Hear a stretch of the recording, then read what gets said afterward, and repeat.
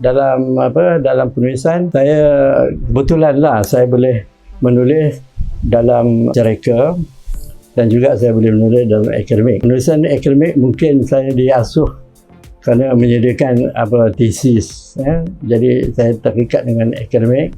Tapi yang penulisan dalam bentuk kreatif ni ialah pengalaman sendiri. Belajar dengan orang lama, banyak membaca, baca karya orang lain, dan daripada situ timbul minat dan timbul kemahiran bagaimana orang mengolah cerita. Cerita ada A, cerita ni A, cerita ni B. Tapi bagaimana kita mengolahkan cerita A ni menjadi hidup dalam karya sastra. Saya menumpukan penulisan terhadap tokoh-tokoh politik. Tokoh politik yang terutama yang berjuang dalam kemerdekaan negara. Perjuangan mereka memang terbukti dalam sejarah. Kisah dia saya bukukan. Sama ada dalam bentuk akademik, penulisan akademik ataupun penulisan novel. Tokoh-tokoh yang ada di Sungai Manik dengan novel terbitan di BP iaitu tajuk Sungai Manik Berdarah. Begitu juga di Bekor. Ketika itu di Bekor novel, sebuah novel terbit tahun 2024.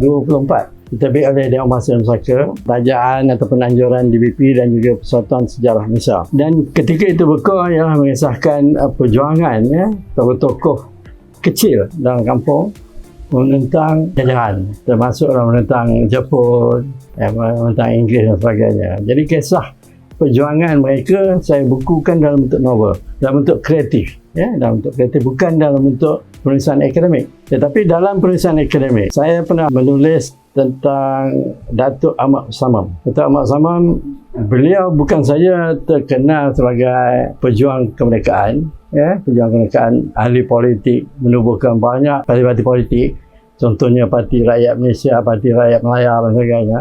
Tetapi beliau juga di waktu yang sama ialah penulis novel ataupun novelis, melahirkan 14 buah novel. Dan saya mengkaji pemikiran Datuk Ahmad Samam ni, Allahyarham Datuk Ahmad Samam ini, pemikiran politik dia dalam novel-novel yang dia tulis. Sebab dia menulis novel dalam penjara. Dia di penjara hampir 7 tahun dalam penjara, dan dalam penjara tu dia menulis. Dan karya tu dia seluduk keluar, kawan-kawannya di luar yang terbitkan. Ada 14 buah buku dia, 10 yang saya nampak ada pemikiran politik dalam penulisan novel dia. Contohnya Sorong Makan, Tarik Makan, Gegar di Bumi Melaya dan sebagainya. Jadi pemikiran politik dia terarah kepada 3 bidang. Anti-kolonialism, perjuangan kemerdekaan, dan juga sosialisme. Berbeza dengan Dr. Burhanuddin Al-Hilmi, juga seorang pejuang kemerdekaan. Setelah 46 tahun bersemadi jasad dia di bumi, Istana Perak menganugerahkan Datuk Seri Dr. Burhanuddin Al-Hilmi. Saya nukilkan pemikirannya tentang pemikiran politik dalam karya-karya Dr. Burhanuddin. Dr. Burhanuddin ini bukan sahaja seorang tokoh politik, tetapi juga dia seorang penulis. Tetapi penulis dia berbeza dengan Datuk Ahmad Samam.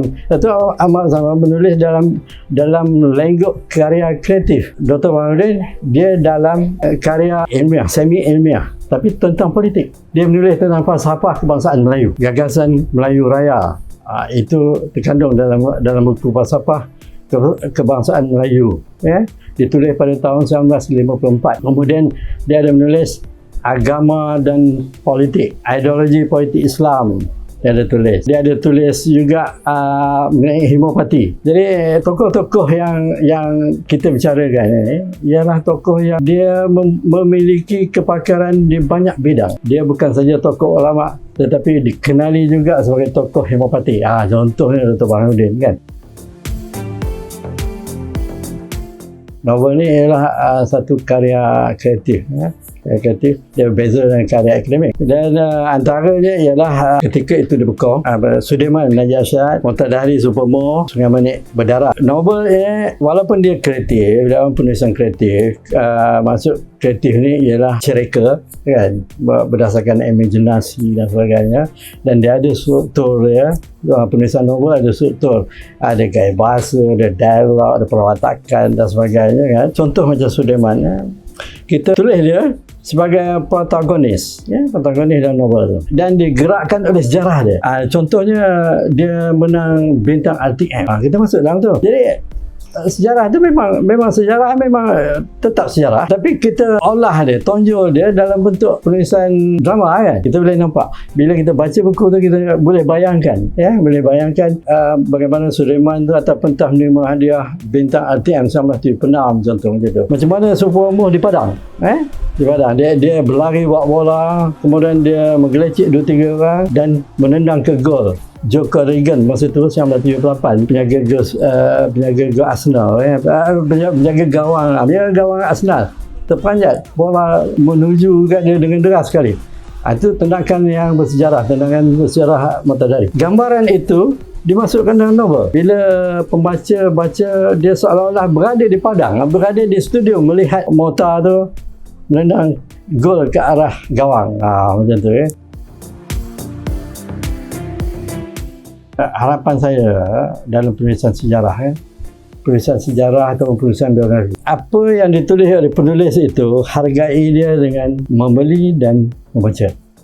Dengan membaca, kita bukan membeli buku, kita membeli idea di dalamnya. Kita membeli pengalaman yang dalam yang ditulis oleh penulis itu.